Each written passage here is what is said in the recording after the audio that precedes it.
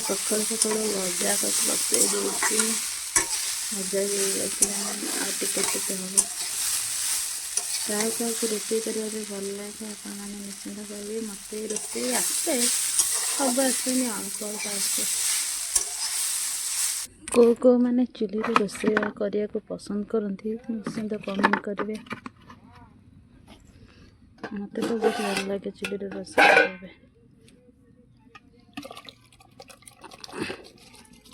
गाँ गहली तो प्राय चुली रोषे